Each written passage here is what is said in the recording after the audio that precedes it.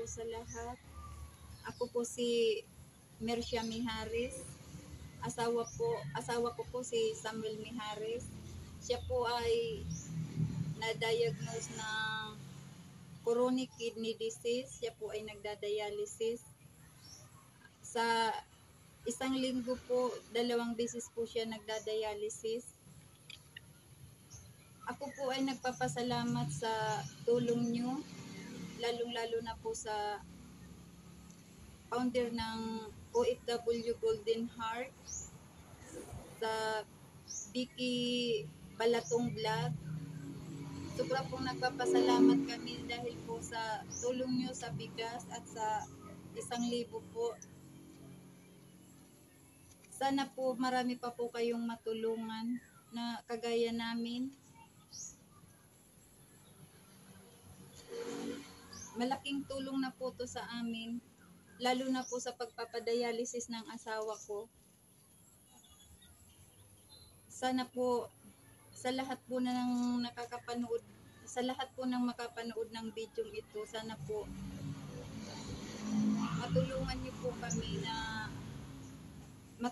po kami sa pagpapadialysis ng asawa ko.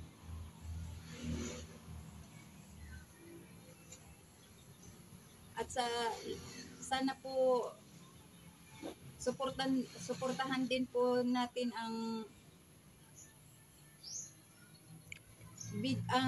YouTube channel ng OFW Golden Heart at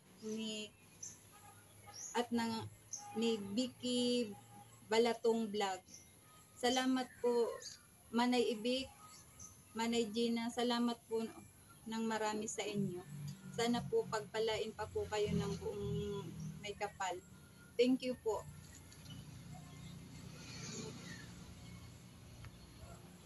Araw po sa inyong lahat ulit. Ako po si Mercia Mijares, na asawa po ni Samuel Mijares, na nagpapasalamat po muli kay Ma'am Lisa May Agustin from Singapore dahil po sa malaking tulong pong ibinigay niya sa amin. Buong pusong nagpapasalamat po ako. Sana marami pa po kayong matulungan na kagaya namin.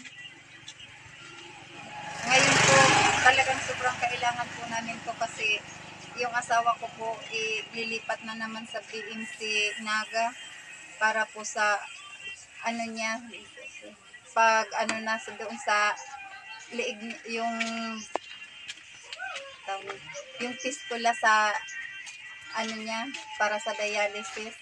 Kaya buong puso po kami nagpapasalamat dahil malaking tulong po ito para sa amin. Salamat po.